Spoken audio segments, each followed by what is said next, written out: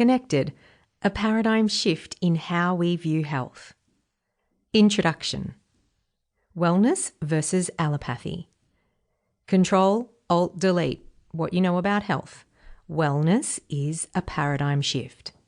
And the doctor of the future will give no medicine, rather he will educate his patients in the care of the human frame, in diet, and in the cause and prevention of disease.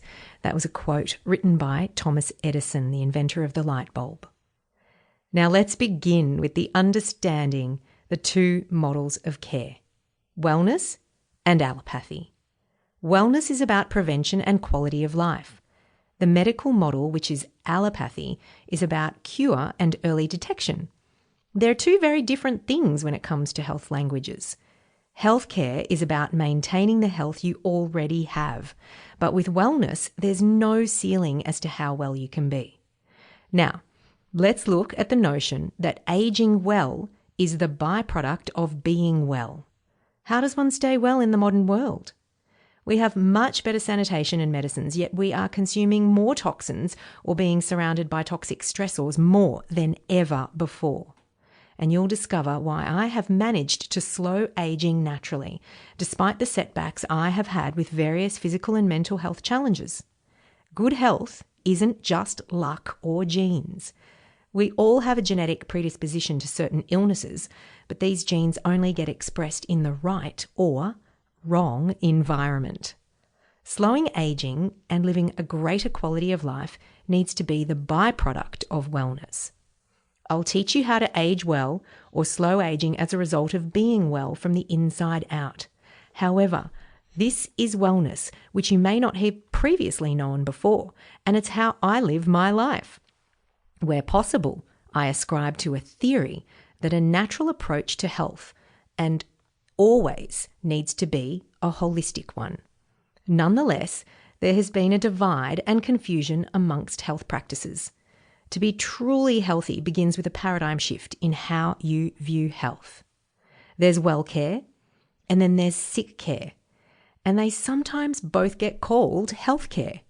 But being healthy takes on all forms.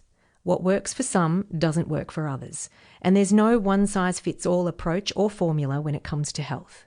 The growing demand for natural health alternatives is being confused with the Western medical model that treat and prescribe drugs. Both are different and mean so well, and both work, but for different reasons. This book aims to heal the divide because we do need both. Now let's look at labels and language. It is not alternative healthcare, because what is it an alternative to? We really do need both, and therefore I would like to suggest it be referred to as complementary. Labels create divide. We need to be mindful of our choice of words because we need unity and reconnection in order to be really well, because you will discover that we are all connected. Getting reconnected acknowledges that there is a movement of people who simply choose not to inject or ingest anything toxic. You'll discover the reasons for this because toxicities disconnect brain to body and impact our overall health, since toxins affect the nervous system and our gut health, which is the second brain, as you know. It then in turn affects our hormones. There's a myriad of non-invasive and natural ways to heal and stay well, and the wellness revolution is in full swing.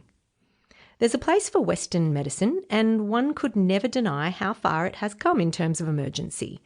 However, when we use drugs and medication on a regular basis, we can compromise our overall wellness or well-being. This toxic load and a myriad of side effects get you on a drug merry-go-round. But the long-term goals you need to have is not to rely on medication to be well. Let's refer to the quote at the beginning of this chapter again. The doctor of the future will give no medicine, rather he will educate his patients in the care of the human frame, in diet, and in the prevention of disease, by Thomas Edison. And what the inventor Thomas Edison referred to in 1903 as a doctor of the future is so profound and even more relevant today than ever.